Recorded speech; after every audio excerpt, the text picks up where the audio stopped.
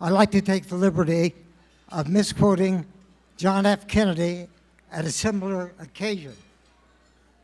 Never before have I seen so many distinguished, outstanding people in one room, except, of course, when Thomas Jefferson dined alone. In these days of stress, hate, and corruption, have you ever dreamed of a united and peaceful world? A world filled with love, hope, and passion. An exalted world where dreams come true. A world where living is not a struggle, but a joy. Of course you have. So has every human being since time began. Always the same dream. We call it the dream of Camelot. This particular dream has been Antonio Giuliani's and my dream for a combined period of time of 70 years. 30 years for Antonio, 40 for me.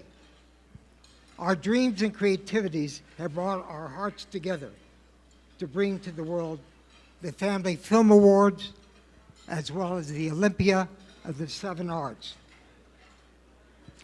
These two events were created by my dear friend and partner, Antonio, who is the founder and chairman of these wonderful celebrating and celebrated events. The first of these events was the Family Film Awards, and it was presented almost 20 years ago. Antonio had a 5-year contract to do it every year, and a 5-year option to do it after that.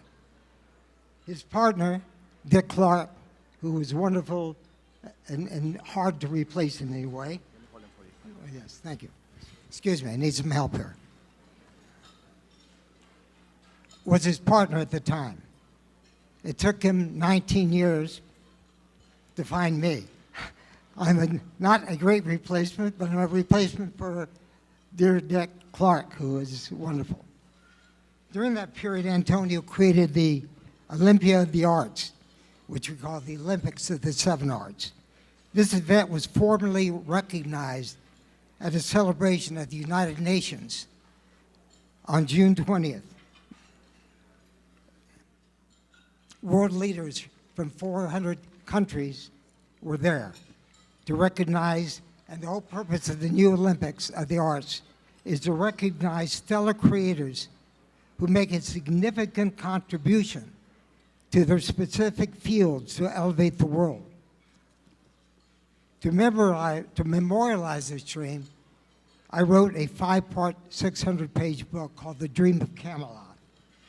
The premise of the dream is basically to make the world a free, safe, and noble place for children, and to celebrate love, dignity, hope, harmony, peace, and love.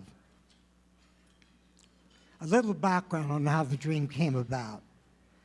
Jackie Kennedy, many years ago, had approved me and appointed me to produce the life of John Kennedy, called The Young Man from Boston. And it had won many, many awards.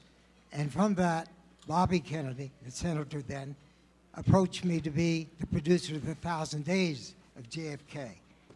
When I met with Bobby Kennedy at the United Nations Plaza one foggy day in New York City, he went in his bedroom, laid on the bed, and I sat on a chair. Jackie was in the living room. And he said, basically, the essence of the conversation was that I do two things: make the world fully aware of what's really going on, and also to keep the dream of Camelot forever alive. With Antonio and my heart being one with this dream, it was only natural for he and I to join forces through the Family Film Awards and the Olympia of the Seven Arts to unite the world with a collective, heart-driven vision to inspire and bring dignity, harmony, peace, and love to a world desperately in need of it. Thank you. Now it's my pleasure and privilege to introduce a collaborator and a dear friend, and a great songwriter who, by the way, wrote Wind Beneath My Wings, which is one of the greatest songs ever written, Jeff Silbar. And